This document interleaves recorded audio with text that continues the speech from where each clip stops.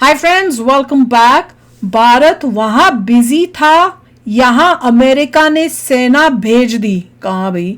Dollar, ammo सब देंगे अब हैं। अमेरिका नहीं भेजा पीएम मोदी ने।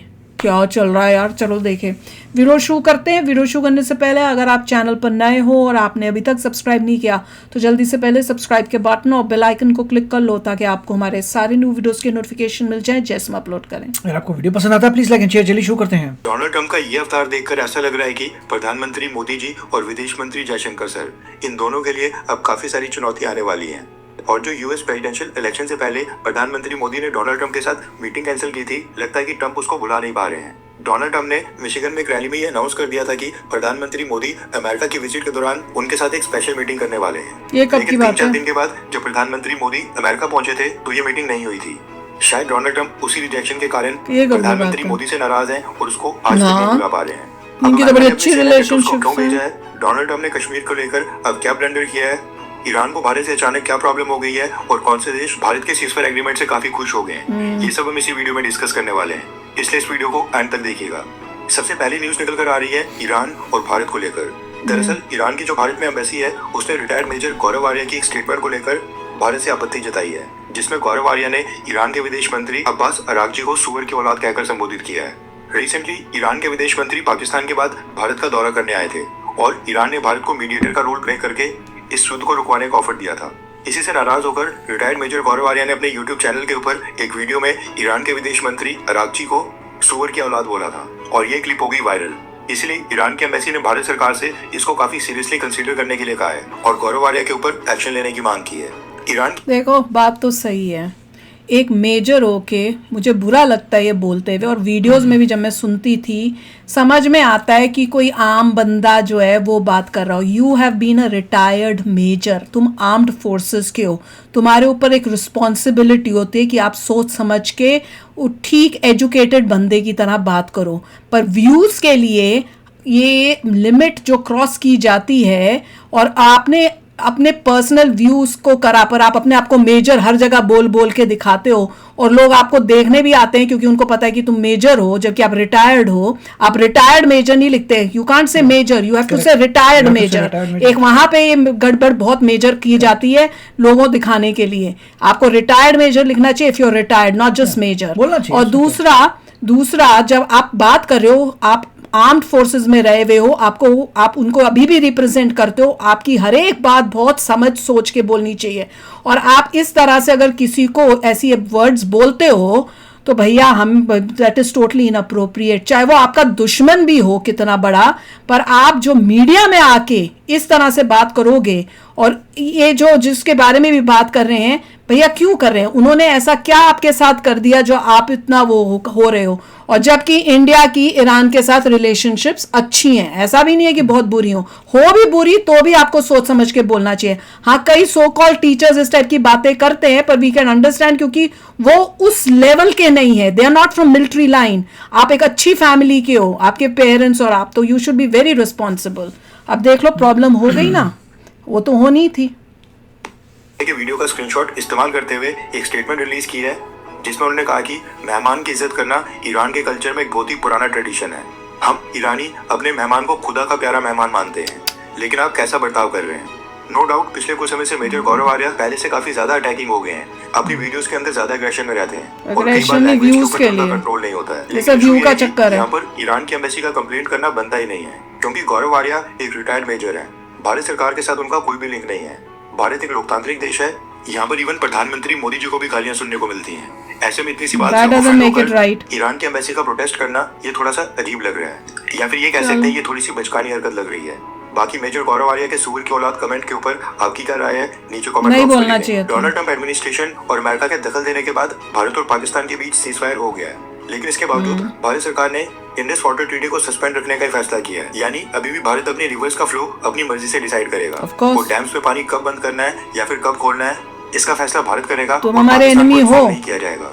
भारत और पाकिस्तान के बीच सीज़फायर के अनाउंसमेंट के बाद दुनिया के कई सारे देशों ने इसको वेलकम किया है। सबसे पहले टर्की, उसके बाद अजरबैजान, उसके बाद सऊदी अरब, फिर UAE, Egypt, Iran, European union और यूनाइटेड नेशंस की तरफ से इसके ऊपर एक स्टेटमेंट आई है और इस सीज़फायर एग्रीमेंट का स्वागत किया गया है। रात 12 बजे के करीब पाकिस्तान के प्राइम मिनिस्टर शहबाज शरीफ ने भी पाकिस्तान के लोगों को लाइव टेलीविजन के ऊपर संबोधित किया था और भारत के ऊपर पाकिस्तान की जीत की घोषणा की थी। भारत के ऊपर बांग्लादेश को लेकर, और इसमें अमेरिका का एंगल क्या? भारत के ऊपर जीत, पाकिस्तान की जीत, सुन रहे हो? मैं तो कहा था पहले। जबकि करेक्टली इनके डीजीआई ने फोन करके कि हमें सीज फायर चाहिए, तब इन्होंने फोन किया है इंडिया को और बात हुई है। देखिए, हमने मैं तो फोन पहले नहीं कहा किया। था। और यही थे जो तड़प रहे थे यूएसए के लिए। और मैंने कहा था कि जब सीज फायर होएगी ये यही दिखाएंगे कि हम जीते, इंडिया हार गया, हमने इंडिया को हरा दिया। जब तक आप लैंड नहीं, इनको नहीं छोड़ना चाहिए था इनको। पता नहीं जब तक ये हाथ जोड़ के मीडिया में नहीं बोल रहे होते ना कि प्रूफ होता कि हाँ हमें छोड़ दो, बख्श दो, नहीं करना चाहिए था। ऐसा तो नहीं होता, मगर अगर सरेंडर करते बोलने हैं। का तरीका है मेरा कि भैया कि हमने सरेंडर किया है, मेजर इनके साथ होना चाहिए सरेंडर था। किया है, सीज बड़ा गलत हो गया यार। और लैंड अगर आपने नहीं ली तो अगर लैंड ले लेते तो बोलते रहते तो सब प्रूफ होता है। ये लोग तुम्हारे ले तो चुके, हम लैंड क्या बोल रहे हो? इससे और बड़ा तुम्हें अभी भी हार नहीं तो क्या हुआ? लैंड के बिना आप कोई कुछ नहीं। पिछले 10-15 दिन से हम पहलगाम हमले में काफी बिजी थे, लेकिन पीछे से बांग्लादेश के अंदर कई सारी मेजर डेवलपमेंट्स हो गई। एंड इसमें सबसे बड़ी न्यूज आ रही है बांग्लादेश की धरती के ऊपर अमेरिका की सेना के ट्रूप्स का उतरना। बिल्कुल ठीक सुना आपने। सबसे पहले आप ये वीडियो देखिए जो बांग्लादेश से आ रही है, फिर मैं बताता हूँ कि मसला क्या है। ये जो ट्रूप्स आप इस वीडियो में बस में देख रहे हैं, ये यूएस आर्मी के सोल्जर्स हैं जो बांग्लादेश पहुंचे हैं। दरअसल बांग्लादेश और म्यांमार के बॉर्डर के ऊपर पड़ता है रखीन स्टेट का रीजन। बेटर अंडरस्टैंडिंग के लिए आप ये मैप के ऊपर ऑरेंज कलर से मार्क्ड इस रीजन को देख सकते हैं। ये है तो वैसे म्यांमार की टेरिटरी, म्यांमार देश का हिस्सा है, लेकिन तख्ता पलट के बाद जब से म्यांमार में सत्ता सेना के पास चली गई है, उसके बाद से यहाँ पर रखीन स्टेट के रीजन में अराकन आर्मी ने अपना कब्जा स्थापित कर लिया है, जो म्यांमार की सेना के साथ आर्म्ड स्ट्रगल यानी एक तरह से युद्ध लड़ रही है। यहाँ की जितने भी पोस्ट थी वो सारी अराकन आर्मी के पास आ गई हैं। अभी जो म्यांमार की रखीन स्टेट है, इसके साथ बांग्लादेश का कॉक्स बाजार मैप के ऊपर आप ये येलो कलर से मार्क देख सकते हैं। अभी जो कॉक्स बाजार और रखीन स्टेट के बीच जितने भी बॉर्डर क्रॉसिंग्स हैं और जितना भी बॉर्डर एरिया है, यहाँ पर पूरी तरह से अराकन आर्मी और बांग्लादेश की सेना का कंट्रोल है। म्यांमार की सेना का यहाँ पर कोई नामो निशान भी नहीं है। हो क्या रहा है कि पिछले कई महीनों से यूनाइटेड नेशंस बांग्लादेश की इंटरिम गवर्नमेंट के ऊपर प्रेशर डाल रहा था कि बांग्लादेश अपने कॉक्स बाजार रीजन से रखीन स्टेट तक एक ह्यूमैनिटेरियन कॉरिडोर बनाने की परमिशन दे, जिसके थ्रू यूनाइटेड नेशंस फिर रिलीफ मटेरियल और खाने पीने का सामान और जो भी मदद होगी वो रखीन स्टेट के लोगों तक पहुंचाएगी। यूनाइटेड नेशंस का कहना है कि म्यांमार की मिलिट्री जनता रखीन स्टेट के लोगों का ध्यान नहीं रख रही है, क्योंकि ये रेबल फोर्सेस को सपोर्ट करते हैं, इसलिए वो इन तक यूनाइटेड नेशंस की मदद को पहुंचाना चाहते हैं। लेकिन मामला कुछ और ही नजर आ रहा है। कुछ दिनों पहले इलॉन मस्क की कंपनी स्टारलिंक कंपनी ने बांग्लादेश में अपनी इंटरनेट सैटेलाइट सर्विसेज को स्टार्ट कर दिया था। अपना इंफ्रास्ट्रक्चर बांग्लादेश में सेटअप करके बांग्लादेश को भी सैटेलाइट इंटरनेट के साथ जोड़ दिया है, जिसके बाद अब यूएस आर्मी को इंटरनेट कनेक्टिविटी या फिर नेटवर्क के लिए बांग्लादेश की सरकार के ऊपर किसी भी तरह से डिपेंडेंट नहीं होना पड़ेगा।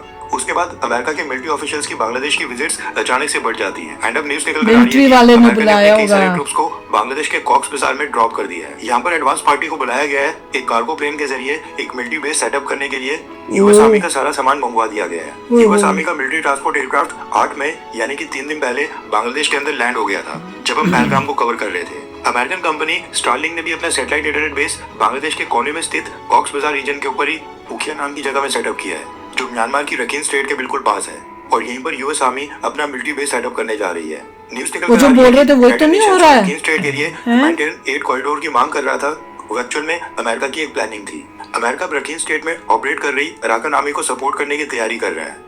ऐसा माना जा रहा है कि यूएस आर्मी अब न सिर्फ अराकन आर्मी बल्कि म्यांमार में बाकी रिबल ग्रुप्स को भी यहीं से मदद प्रोवाइड करेगी। हथियार से लेकर ammunitions, explosives, night vision devices, scope, satellite imagery, surveillance data और जो भी हर संभव मदद होगी, सब कुछ म्यांमार की रिबल फोर्सेस को अमेरिका प्रोवाइड करेगा। और हो सकता है कि इवन अमेरिका यानी कि यूएस आर्मी म्यांमार की रिबल फोर्सेस या फिर अराकन आर्मी को ट्रेनिंग भी प्रोवाइड करे, ताकि ये अराकन आर्मी और रिबल ग्रुप्स म्यांमार की सेना को हटाकर वापस से वहां पर लोकतांत्रिक व्यवस्था को ला सके। अमेरिका का मानना है कि म्यांमार की सेना रशिया और चाइना के क्लोज है और एक डेमोक्रेटिक गवर्नमेंट वहां पर अमेरिका के इंटरेस्ट के लिए सही होगी, इसलिए अमेरिका म्यांमार में इंटरफेयर कर रहा है, वो भी बांग्लादेश के रास्ते। और बांग्लादेश की इंटरिम गवर्नमेंट ने अमेरिका को ऐसा करने के लिए अपनी जमीन का इस्तेमाल करने की परमिशन भी दे दी है, जो कि शेख हसीना के समय बिल्कुल नहीं हो पा रहा था। एक ये भी रीजन है जिसकी वजह से अमेरिका शेख हसीना के खिलाफ था। डिटेल्स में जाने से वीडियो और भी लंबी हो जाएगी, इसके साथ ही ये वीडियो रिकॉर्ड करते वक्त अमेरिका के प्रेसिडेंट डोनाल्ड ट्रंप ने भारत और पाकिस्तान के सीज फायर के ऊपर एक और नई स्टेटमेंट रिलीज की है और कश्मीर मसले का निपटारा करवाने का भारत को दोबारा से एक नया ऑफर दिया। अब इसमें डोनाल्ड ट्रंप ने कहा है कि मुझे भारत और पाकिस्तान की मजबूत और अटल लीडरशिप के ऊपर बहुत ही गर्व है, जिन्होंने समय के ऊपर समझदारी, हिम्मत और दृढ़ता दिखाते हुए ये फैसला लिया कि दोनों देशों के बीच हिंसा को तुरंत रोका जाए, जो लाखों बेकसूर लोगों की मौत और तबाही का कारण बन सकती थी। आपके इन बहादुर कदमों ने आपकी विरासत को और भी ऊंचा उठा दिया है। मुझे खुशी है कि अमेरिका इस ऐतिहासिक और वीरता भरे फैसले तक यहाँ तक पहुँचाने में आपकी मदद कर पाया। अभी इसके ऊपर चर्चा नहीं हुई है, लेकिन मैं कहना चाहता हूँ कि भारत और पाकिस्तान, मैं दोनों महान देशों के साथ व्यापार को काफी हद तक बढ़ाने वाला हूँ।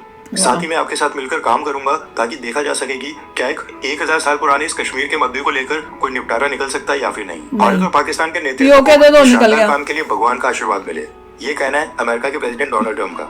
डोनाल्ड ट्रंप ने अगेन कश्मीर को 1000 साल पुराना मसला बोला। हमेशा ये बोलता ऐसा लग रहा है कि वो जानबूझकर कुछ मिस्टेक्स करते हैं, हमेशा बोलता है, कंट्रोवर्सी क्रिएट हो। इस स्टेटमेंट में बुरा ये लग रहा है कि डोनाल्ड ट्रंप अब भारत और पाकिस्तान दोनों देशों को एक ही तराजू के ऊपर तोलते दिखाई दे रहे हैं। डोनाल्ड ट्रंप के पहले टर्म में भारत को जिस लेवल का सपोर्ट ट्रंप से तब मिला था, वो इस बार सेकंड टर्म में देखने को नहीं मिल रहा है। कश्मीर के मसले को इतना उछालना और फिर मीडिएशन का ऑफर देना, जब उनको पता है कि भारत कई बार रिपीट कर चुका है कि ये हमारा बायलैटरल मामला है, इसके बावजूद ये हरकत करना, ये दिखाता है कि पाकिस्तान प्रेम इस बार डोनाल्ड ट्रंप के ऊपर कुछ ज्यादा ही नजर आ रहा है। अब ये कब तक रहता है वो देखना इंटरेस्टिंग है। भारत और पाकिस्तान का ये जो सीजफायर अमेरिका और डोनाल्ड ट्रंप ने करवाया है, इसको लेकर एक नैरेटिव ये भी फैल रहा है कि पाकिस्तान को सरेंडर करवाने के लिए अमेरिका ने IMF के थ्रू पाकिस्तान की गवर्नमेंट को $1 बिलियन दे दिए। भारत के साथ ट्रेड डील साइन करने और चाइना से कम टैरिफ्स लगाने की एश्योरेंस दे दी गई होगी ताकि भारत पाकिस्तान के बीच सीजफायर हो जाए एंड अमेरिका फिर से Russia Ukraine, Israel Gaza, Iran Houthis और चाइना के साथ ट्रेड वॉर के ऊपर फोकस कर सके। डोनाल्ड ट्रंप की प्लेट में इस समय काफी सारे मसले हैं, इसलिए वो भारत पाकिस्तान का एक नया मिलिट्री कॉन्फ्लिक्ट नहीं देखना चाहते हैं। अब अमेरिका क्या चाहता है क्या नहीं, मैं उनसे क्या लेना, तुम्हारी तो लेना ही लेना नहीं। हम और आप क्या चाहते हैं? ये जो भारत और पाकिस्तान के बीच सीजफायर हो गया है, क्या आप इसको सपोर्ट करते हैं? नहीं। हाँ या फिर ना? नीचे कमेंट करके अपनी राय जरूर बताएं। आप भी नीचे जो है ना कमेंट करके जरूर बताएं कि आप सीजफायर को सपोर्ट करते हैं, हाँ कि ना। आई वांट रियली नो कि मोस्टली इंडियंस जो हैं क्या चाहते हैं। भैया मैंने तो बताया हुआ है, मैं तो बता के थक गई हूँ मैं क्या चाहती थी। मैं तो अभी भी होप कर रही हूँ कि कुछ हो जाए, कुछ ऐसा हो, कोई ऐसी बात हो जो हमें नहीं पता और बाद में कुछ एकदम से न्यूज़ आए जिससे दिल खुश हो जाए। क्योंकि मैं मोदी जी से इतना वो हूँ कि मुझे समझ नहीं आ रहा कि इतना अच्छी गोल्डन अपॉर्चुनिटी कैसे हम मिस कर सकते हैं। मेरे तो पूरा है कि अगर कोई कर सकता है तो मोदी जी कर सकते हैं और कोई नहीं कर सकता है। इसलिए अभी तो मैं बहुत ही डिसअपॉइंटेड हूँ, बस सच्ची बता, बहुत दुख हो रहा है। पर एनीवे मोस्टली इन सब न्यूज़ को हमने पहले भी कवर किया। मेरे को तो एक ही चीज़ थोड़ी शॉकिंग लगी थी, ईरान वाली। हाँ, कि वहाँ पे जो है उनको पता चल गया, वही वाला कि वो मेजर के बारे में कि वहां तक बात चली गई कि यहाँ तक कि एम्बेसडर को ये बोला, वो went all the way to. हो सकता है अगर लिखा होता रिटायर्ड मेजर तो उनको पता चलता अच्छा है तो मिलिट्री के साथ नहीं है। पर he has been in military, तो you still have that responsibility. एक मॉरल ड्यूटी भी आपकी होती है। पर ये तो मैंने देख लिया है कि लोग जो हैं and but he has been only in military for 5 years which is not a very long time। आपको लिख देना चाहिए रिटायर्ड, उससे क्या होता है लोगों को पता चलता है अच्छा ये मिलिट्री के स्पोक्समैन नहीं है, he is a person who is a civilian now who is saying it.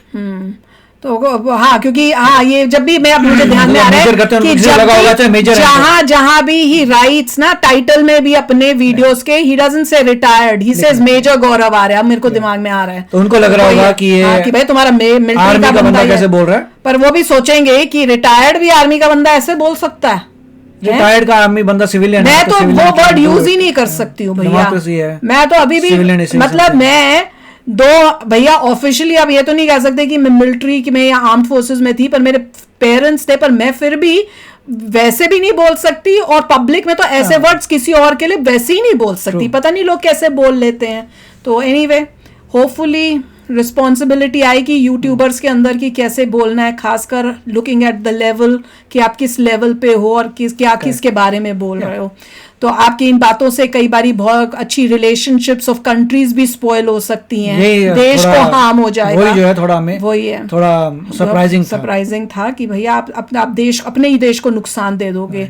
अब जैसे कई और भी वीडियोस वाले हैं इतना कुछ किसी एक कंट्री को जो नफरत करते हैं तो इतना कुछ बोल देते हैं, जबकि इंडिया उनके साथ बेटर रिलेशनशिप्स कर रहा है या हो रही हैं। और आजकल गूगल ट्रांसलेट में जो भाषाएं बोलते हैं उनकी भाषा में भी आ रहा होगा। गॉड। तो एनीवे भैया आप भी शेयर करना अपने थॉट्स उसके बारे में भी। तो चलते हैं, मिलेंगे नेक्स्ट वीडियो में बहुत ही जल्द। Till then take care and bye bye. तो अगर आप मेरे इस चैनल पे नए हो तो जल्दी से सब्सक्राइब के बटन को हिट करो और बेल आइकन को क्लिक करो ताकि आपको मेरा जब नया वीडियो मैं लगाऊं आपको उसके बारे में जल्दी से पता चल जाए।